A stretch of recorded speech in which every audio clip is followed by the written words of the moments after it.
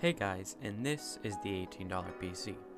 Now it may not look like much, and that's because it isn't.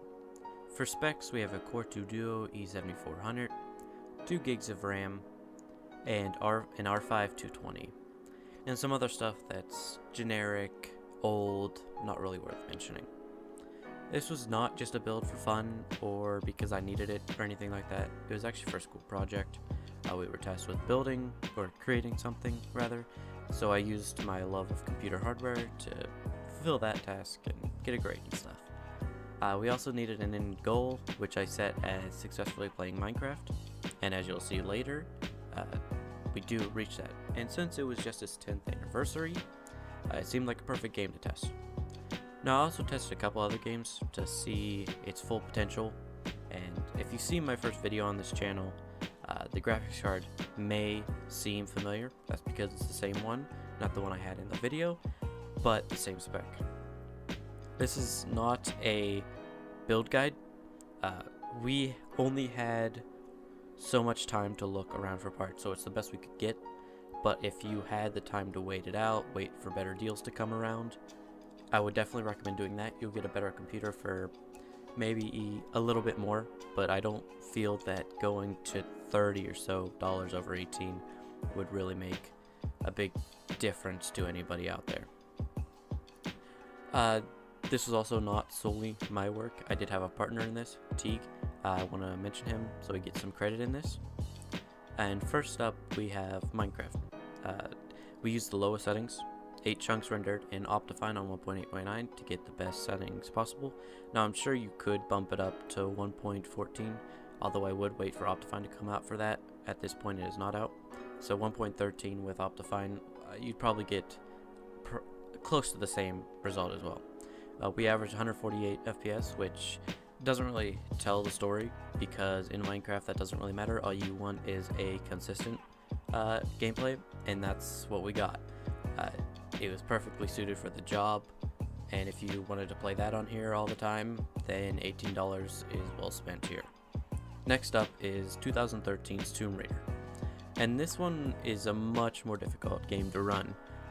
On the lowest settings at 800 by 600, we only averaged 35 FPS, but that doesn't tell the whole story either. This game had multiple lag spikes and rendered the game unplayable, not to mention that it looked very bad, and I wouldn't recommend playing on these settings anyway.